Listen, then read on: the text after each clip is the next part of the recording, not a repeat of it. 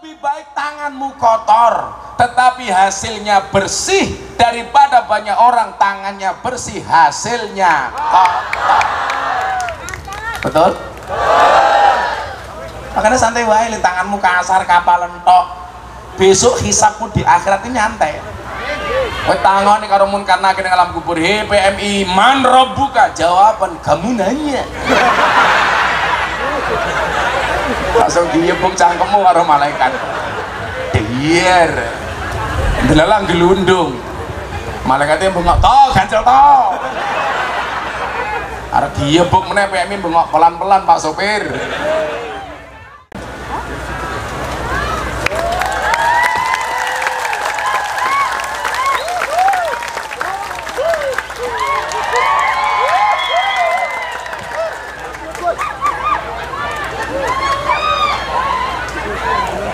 Assalamualaikum.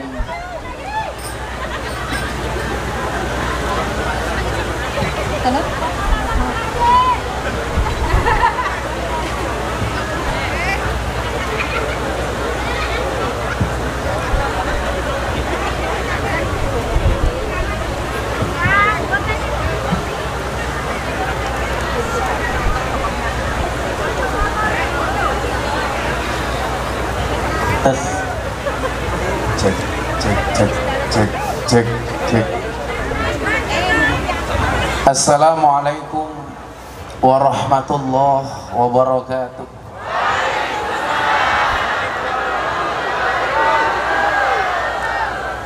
Alhamdulillahil qail. A'udzu billahi samil alimi minasyaitonir rajim. Inna rahmatallahi qaribum minal muhsinin. Wa qala aidan innallaha yuhibbul muhsinin. Allahumma salli wa sallim wa barik ala hadan nabiyil karim sayyidina wa maulana Muhammadin wa ala alihi wa ashabil mujahidin at-tahirin. Rabbi shrahli sadri wa yassirli amri wahlul 'uqdatam min lisani yafqahu qawli, amma ba'du. Hadratal muhtaramin, para masyayikh, para kiai, para alim, segenap jajaran Tanfidiyah dan Syuriah, pengurus cabang istimewa Nahdlatul Ulama Taiwan, beserta para tokoh yang hadir yang saya muliakan, para pejabat yang berkenan hadir dari KDI yang saya hormati, segenap panitia penyelenggara peresmian Masjid An-Nur yang mudah-mudahan Allah ridho karenanya, dan Bapak Ibu, saudara-saudara sekalian, warga PMI yang berbahagia. Ada gajah makan semangka. Kembali berjumpa dengan Gus Miftah, Presiden para pendosa. Makan roti, minumnya susu. Hai anak PMI, I love you.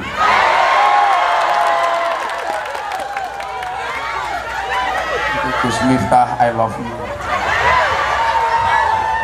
Bila dukun mampu membunuh tanpa menyentuh, yakinlah Gus Miftah mampu membuatmu rindu tanpa harus bertemu.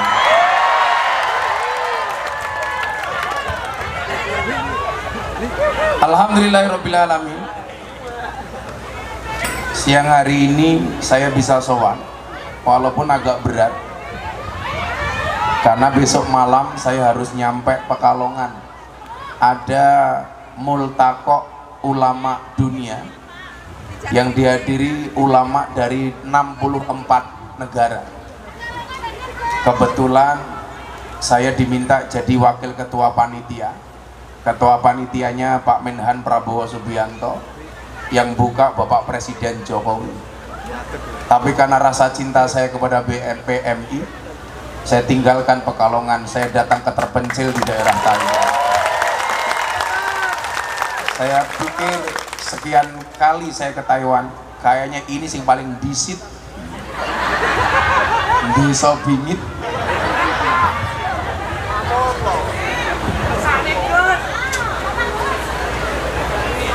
Bapak Ibu sekalian yang saya muliakan, beberapa hari yang lalu viral terkait ceramah saya tentang boleh tidaknya seorang perempuan itu bekerja.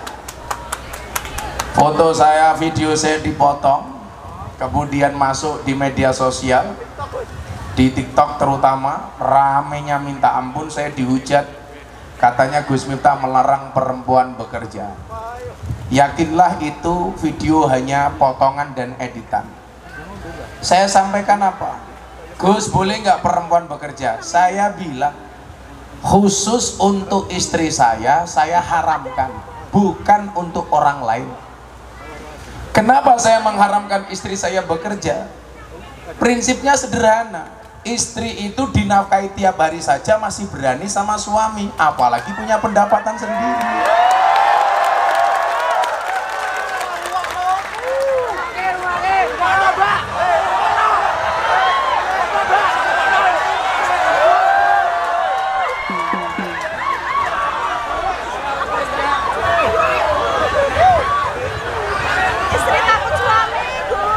Suami bekerja sebagai PMI saja di Indonesia, malah istrinya cari-cari sendiri. Cuman saya bilang, kalau kemudian keadaan memaksa seorang istri harus bekerja, maafi muskilah, tidak ada masalah. Apa yang saya jadikan dasar kenapa saya melarang istri saya bekerja? Nabi Muhammad SAW itu membagi tugas antara Sayyidina Ali dengan Siti Fatimah Az-Zahra. Bagaimana pembagian tugasnya? Qada Rasulullah SAW ala ibnatihi Fatimah bi khidmatil bait wa qada Ali bima kana kharijan minal bait.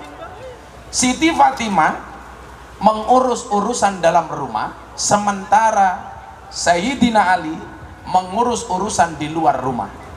Tapi ini nggak ada larangan para perempuan bekerja. Maka saya katakan, namanya hukum itu bisa diperlakukan suami kepada istri. Kenapa? Karena laki-laki itu imam. Maka dulu begitu saya menikah dengan istri saya bilang, cukuplah kamu menjadi tulang rusukku, biarkan aku menjadi tulang punggungnya. Kenapa mas? Karena laki-laki itu tulang punggung, bukan tulang.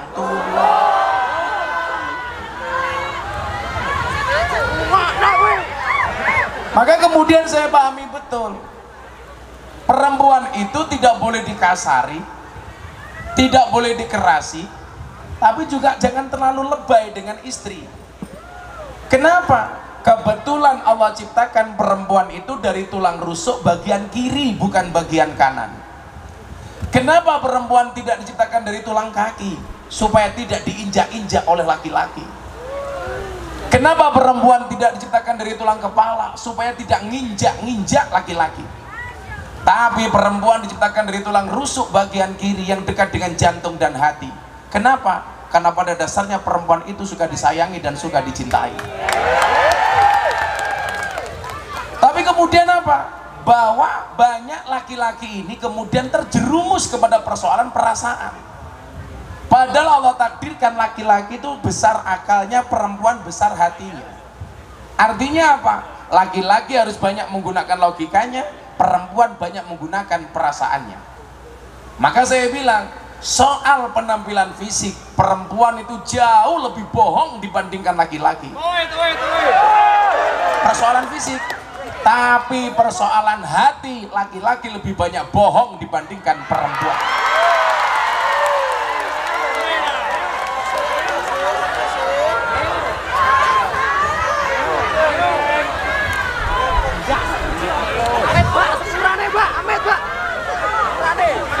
Kalau persoalan fisik, perempuan jauh lebih banyak bohong dibandingkan laki-laki. Makanya saya banyak gagal paham kalau melihat wajahnya perempuan. Hampir saya nggak bisa membedakan ini wajah apa papan karambol.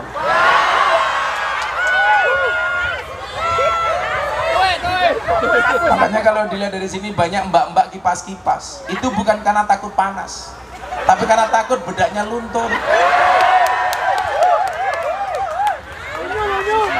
Itu Mbak Pataya dari depan tadi nutup mulut. Saya pikir malu, ternyata pamer gelang.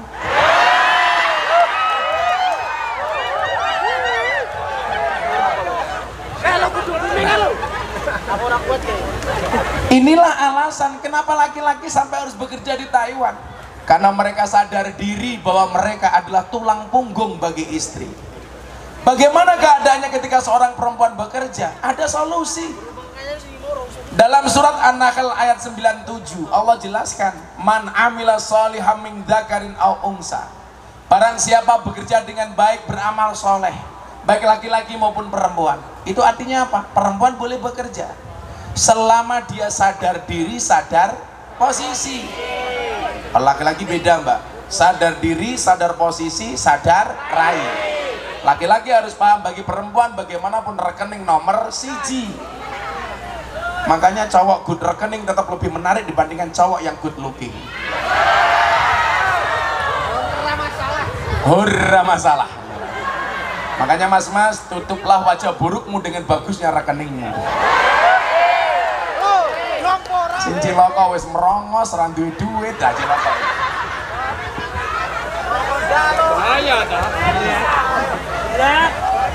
Berarti apa? Man amila sholihan min dzakarin aw unsa, laki-laki boleh bekerja, perempuan boleh bekerja. Makanya saya bilang fatwa saya itu khususiyah saya sebagai imam kepada istri. Contoh, saya memberikan fatwa kepada istri saya. Dari awal pernikahan saya bilang, saya sebagai imam mengharamkan istri saya sebagai makmum untuk membuka HP saya. Boleh wong lanang kok. Tapi saya juga kemudian apa? Konsisten. Ketika istri percaya tidak membuka HP saya, maka saya tidak menggunakan HP saya untuk hal-hal yang diinginkan, yang tidak diinginkan.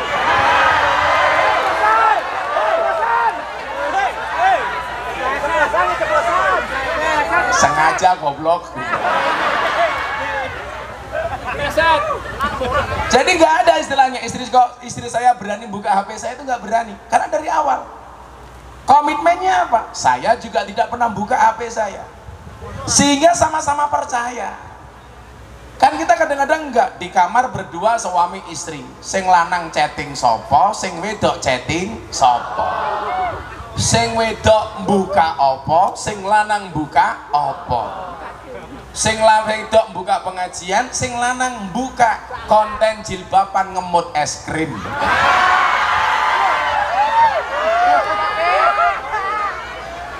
Aku yuk pas delok soalnya gitu. Karena saya ditanya, disuruh komentar apa pendapat Gus Miftah, kan nggak mungkin saya bisa berpendapat kalau saya tidak melihat video aslinya. Makanya saya selalu berprinsip, gunakanlah waktumu sebaik mungkin. Kenapa? Karena sedetik saja berharga, apalagi 19 detik.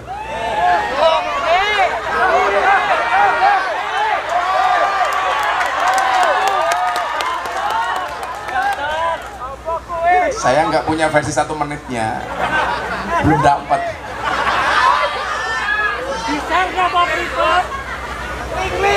Kalau An-Nahl ini sebagai patokan, berarti perempuan boleh untuk bekerja, nggak ada masalah. Selama kamu sadar posisimu sebagai seorang perempuan.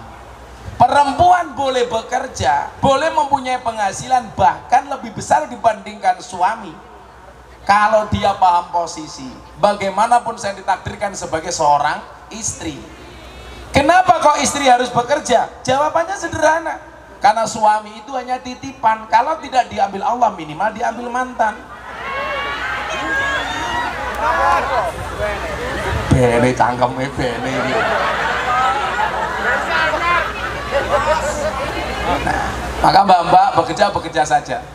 Tapi memang banyak kejadian di Jakarta, keluarganya itu hancur gara-gara istrinya merasa lebih banyak penghasilan dibandingkan suami. Maka kemudian dia berani semena-mena dengan suami, itu yang tidak boleh. Mbak, rungokno mbak. Cangkeme mbak, rungokno mbak. Apa kesuapan? Karena memang apa? Derajat laki-laki itu bekerja, mas. Wa quli amalu fasayarallahu amalakum wa rasuluhu wal mu'minun. Wong lanang kerja, maka Allah akan melihat pekerjaanmu, maka Allah akan memperhatikanmu.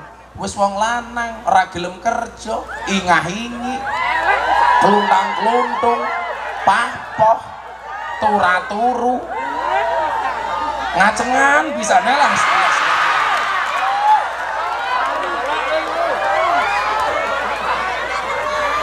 Lah kerja oleh. Semampu mungkin. Maka kita diingatkan oleh Nabi Daud. Nabi Daud itu nabi yang kaya, Mas. Dia itu bapaknya Nabi Sulaiman. Kemudian Sulaiman menjelma sebagai nabi terkaya. Sampai kunci gudangnya Sulaiman itu hanya mampu diangkut oleh 90 kuda terbaik. Saking banyaknya gudangnya Sulaiman. Tapi yang perlu Anda tahu apa? Kunci gembok bukan gemboke. Kuncinya itu nggak mampu diangkat 90 kuda terbaik. Nabi Sulaiman itu saking kayanya, Ratu Bilqis mau nyuap emas berlian ditolak. Tapi sebaliknya, ketika dikasih ucapan terima kasih sama semut atas tidak diinjaknya semut oleh Nabi Sulaiman, diterima sama Sulaiman. Yang pengen saya sampaikan bukan itu. Beliau duduk di depan masjid setelah sholat duhur bersama orang miskin.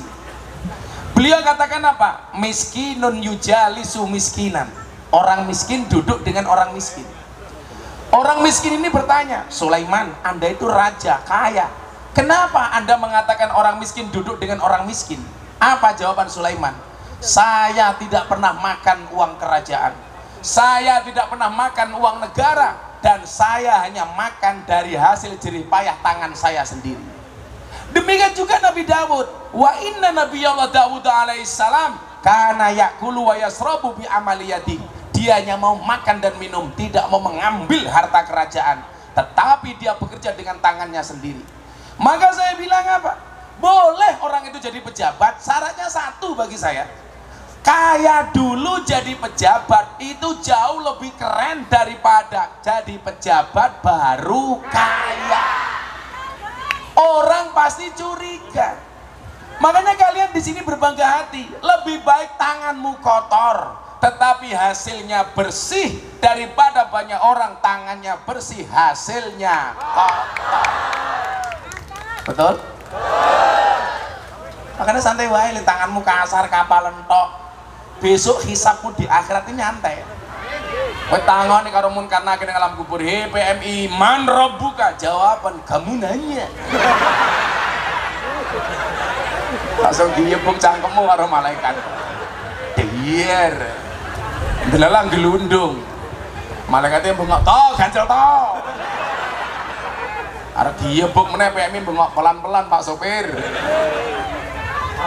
Ini besok jadi saksi. Tangan kamu yang berkapal itu akan jadi saksi. Bahwa tanggung jawab sebagai seorang laki-laki dikatakan qawwam. Qawwam itu tidak hanya imam, Mas. Qawwam itu artinya bertanggung jawab, nafkah lahir dan batin. Banyak orang yang kelebihan lahir kurang batin gak bagus. Banyak orang yang dikasih nafkah batin gak ada lahir juga gak bagus. Kerja terus ratau kelon yo rapi, kelon terus ratau kerja yo rapi.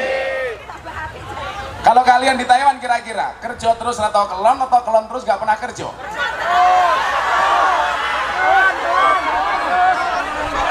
Kerja terus ora tahu. Istri kamu di Indonesia, istri kamu di Jawa, malam Jumat bikin status WA, malam sunah Rasul.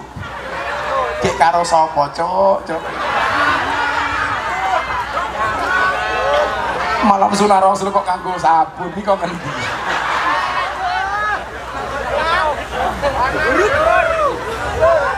Masa kelon kok di transfer? Gue bayi ini mateng di download. Nah, berarti apa? Kehormatan seorang itu ya bekerja. Wa guli malu kerja. Itulah kemudian yang dicontohkan oleh Nabi. Usia 15 tahun dia sudah bekerja, mengembala kambing, mengembala ternak, kemudian dia menjadi pedagang. Kalau Anda lihat dalam catatan sejarah, Nabi Muhammad menjadi nabi itu hanya 23 tahun. Usia 40 sampai 63 tahun. Berarti Nabi Muhammad menjadi pedagang berapa tahun? Usia 15 sampai 40 tahun. Nabi Muhammad menjadi pedagang 25 tahun. Maka sebenarnya idealnya sesuai sampean neng Taiwan jangan lebih dari 25 tahun. Ada yang lebih? Ada yang lebih? Banyak. Sampean Pak Zainuddin berapa tahun di sini Pak? 13 tahun.